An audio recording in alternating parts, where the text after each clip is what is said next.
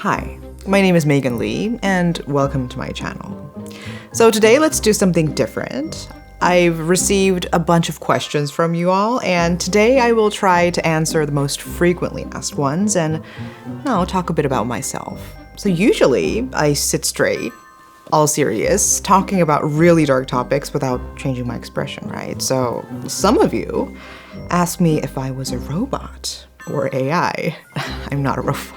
So here I am to prove that I'm a living human. Yeah, anyways, let's get into the questions now. So many of you asked me what made you decide to start the channel. I think starting my own YouTube channel on true crime cases wasn't completely new to me because it's somewhat related to my career. I started off my career as a broadcast journalist and later ventured into video production and making news content and documentaries. Yeah, so I guess all of this is just an extension of what I have been doing for many years. And actually, my work involves a lot of research and covering really dark stories. So I think I was naturally intrigued with true crime content on YouTube, and I thought one day, if I have the time, I would like to start one myself. Yeah, and that's just how all this started, and here we are. And how do you select a case to cover? Selecting a case is not that hard because there are so many Asian true crime cases. And as I dig deeper into it, I realize that, sadly, the stories are just, they're just endless. But anyways, I do have my own rules for selecting cases. Like, first of all, the story has to have enough information available. I also really want to introduce recent cases to you because many people are just curious about how things are developing. But if there isn't much information, I just prefer to wait until the investigation has made progress, or at least until there's a ruling. And also, I'm careful about covering really gruesome cases that are, infamous for their grisly details, because I really don't want to feel that I'm sensationalizing the case. Yeah, but if I feel the need to cover the case because it's important, I just prefer adding some legal aspects to it and shedding light on the case from another angle. Has there ever been a crime that you found too brutal to cover? I don't know. I don't think there are less brutal cases, but the Kime High School girl murder case was brutal. Remember the case where a teen girl was pimped out by fellow teen girls and guys in their 20s for money and later got brutally tortured for fun, which ended up killing her, right? Yeah, I was just shocked. They later lit her face up to make her unrecognizable and just encase her in cement. Yeah, I really think they were just devils in disguise of human being. And I find that crimes involving juveniles are always particularly distressing, right? Firstly, they often don't serve enough prison sentences. And secondly, it's horrifying to realize that these young individuals can commit such heinous acts. It makes me worry about the future. Yeah, and this often makes me reconsider the idea of having children at all. So, yeah, it's oof. Are there any cases that kept you up at night, or ones you cannot stop thinking about? Yeah, I think there is one case that definitely kept me up at night. I have spent many sleepless nights making a 1-hour-long documentary about this case. I believe many of you already know about this case. Have you heard about the Nth Room case? That was a huge case here in Korea. And I haven't covered this in detail on my channel because it's a really complicated case. There are so many details to it, but one day I think I will. Yeah, for the documentary, I had to review numerous videos and footages of these young girls being tortured, being forced into disgusting acts. And, this process left me incredibly stressed, drained. Yeah, it was a lot. And I also had to enter these Telegram chat rooms where men shared videos of women being sexually assaulted, and, the enthusiasm these men displayed was like, wow, it was deeply disturbing.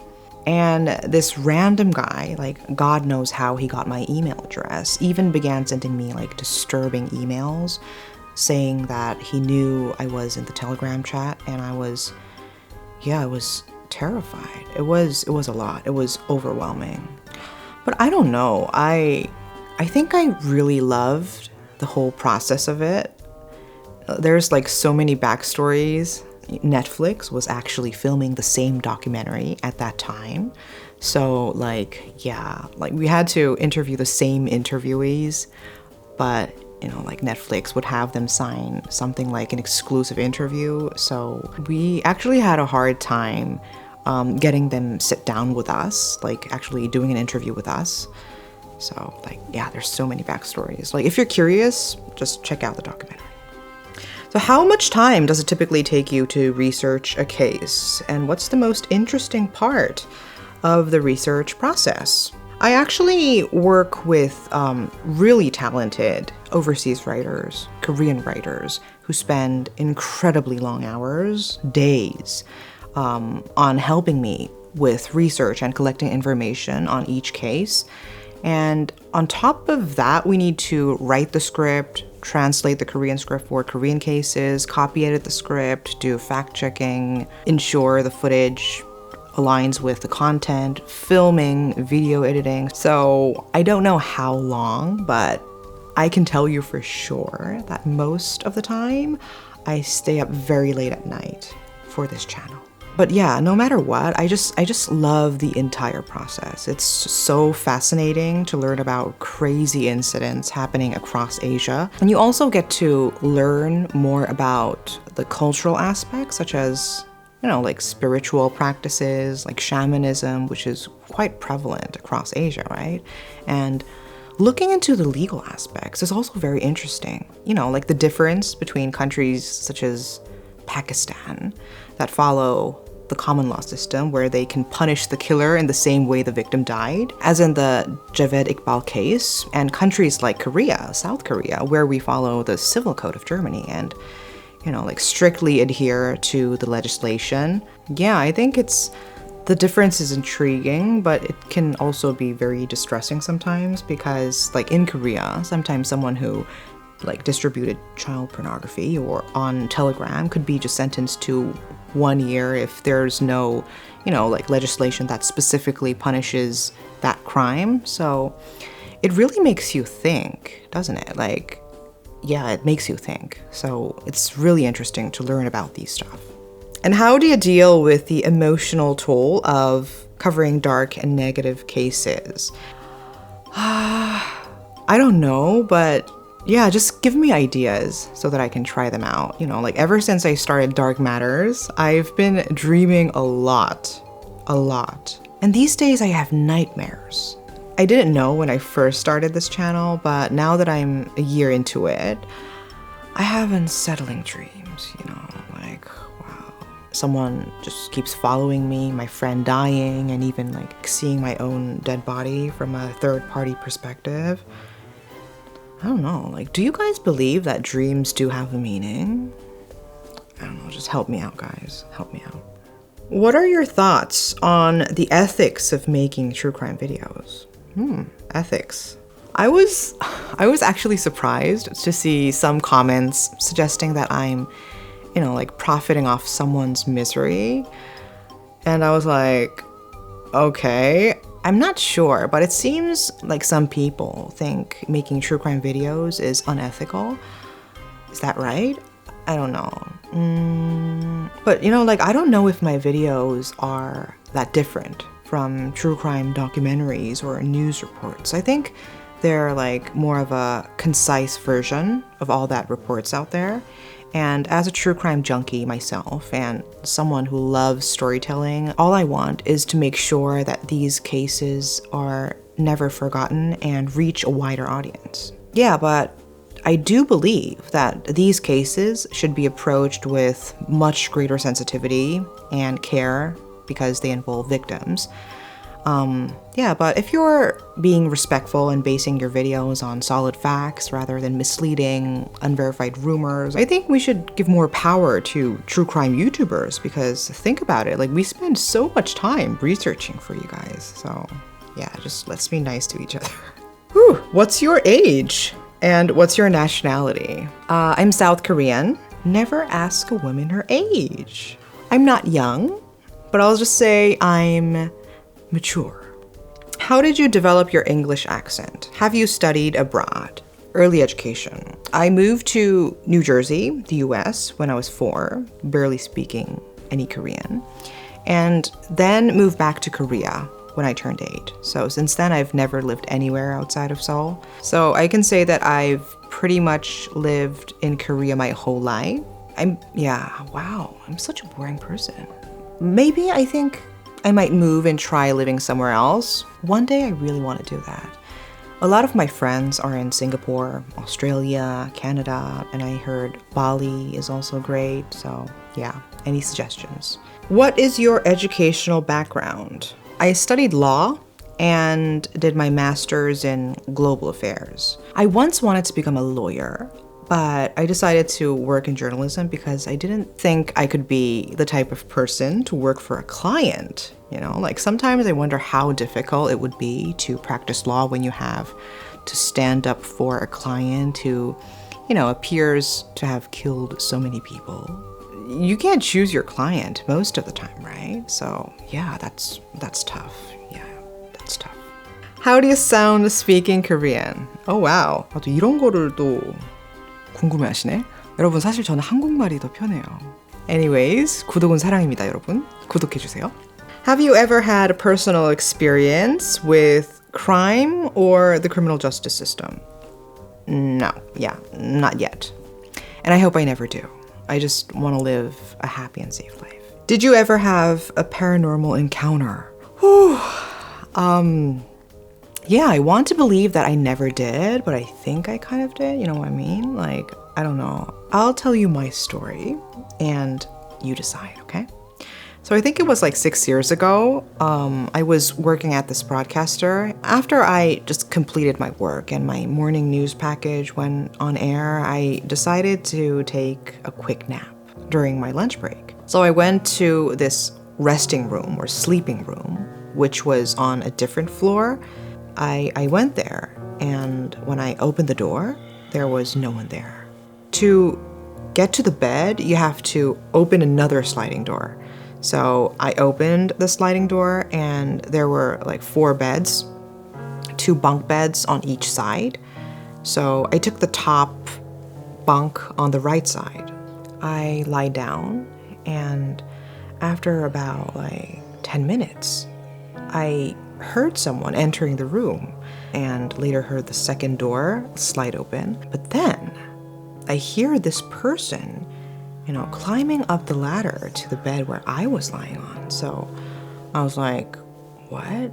I thought that this person just didn't see me, assumed nobody was there and would just see me and just go away. But this person suddenly sat on my legs.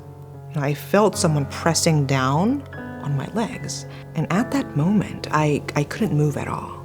And when I realized that something was just not right, this person crawled up so quickly to my chest and felt that this person choking me. You know, like this was something that I have never experienced before. I was terrified. I tried to move my fingers and toes, like do anything to escape that situation. And when I felt my legs were moving again, the figure, that person just glide down and left the room. I told this to my coworkers and realized that it was not only me who had experienced this. The resting room ghost was already quite well known among people working there. So, and yeah, like to this day, I am not sure if this was a paranormal experience. Maybe I was just having, you know, a bad dream. I don't know, but yeah, it felt so real. So, I don't know. Yeah, you decide. Do your friends and family know about your channel? What was their reaction? My parents are not interested. They once watched my channel and told me I look like a ghost myself. you know, like a dead person talking about death. They don't care. They're not interested. Like, do your own thing and just, yeah, live happy. That's all. So have you ever had personal experiences that made you fear for your safety? I have had many frightening experiences, to be honest. This particular incident happened when I was in high school. One day after meeting my friends, I was, you know, like walking home through this narrow, like dark alleyway at night, and I was wearing heels so I could walk fast. And soon I heard someone following me, and I was already starting to feel very uncomfortable. But then I heard the sound of a metal baseball bat touching the ground, like as if someone was dragging the bat and deliberately making a screeching sound. Yeah, I just immediately thought that I had to run. You know, I took off my heels and I ran for my life. Thank God, you know, like thank God I'm here now. That was a really scary experience. Yeah, just be safe, everyone, and always be on high alert. It's a scary world. What are some issues you've noticed in YouTube policies, especially regarding crime content? God. Yeah, when I first started my channel, I was clueless about censorship, ad suitability, and the yellow dollar signs. So I used all the words and footages that I wasn't supposed to use. So if I scroll back to my earlier videos, they're like all yellow. But these days, I'm trying to be as careful as possible. But I think there are some topics that are just not allowed, like regardless of the content, you know, like, yeah, but I don't care. So I just have to say what I have to say. Yeah, maybe I'll figure out a way, you know, not to rely too much on YouTube's ad suitability policy. But yeah, the censorship is real, really strict, I think. Yeah. Why do you often use purple? Purple is actually my favorite color. Well, like when I was young and like wild, I didn't care much about what other people thought of me. You know, I used to carry purple bags and wear all the vivid colors. So, you know, like my friends would easily find me from far away. I was that kind of person. But as I grew older, I think I started wearing dull, tried not to draw too much attention. Yeah, I don't know if this is a cultural thing, but here in Korea, we generally don't want to stand out from the crowd. But anyways, this is my channel, right? So I can do whatever I want. So I started bringing that purple back into my life. To me, purple is a color of mischief, and I love it. Yeah. Future plans. These days, I'm constantly thinking about ways to engage more with my viewers while also providing better quality true crime content. I might start uploading more true crime videos in addition to my regular ones, but in a more engaging format. And also, I'm preparing my second channel where you can get to know a side of Megan you've never seen before. So I think I will be creating more content, keeping those videos coming. So yeah, that's what I'm gonna do in the future. Okay, I think I've pretty much answered all of your questions. And yeah, I'm a really shy person. I've never done anything like this before, but yeah, but I had a fun time answering questions from all of you. I hope this was a session where you got to know me a bit better, right? So see you guys in my next video, and everyone take care.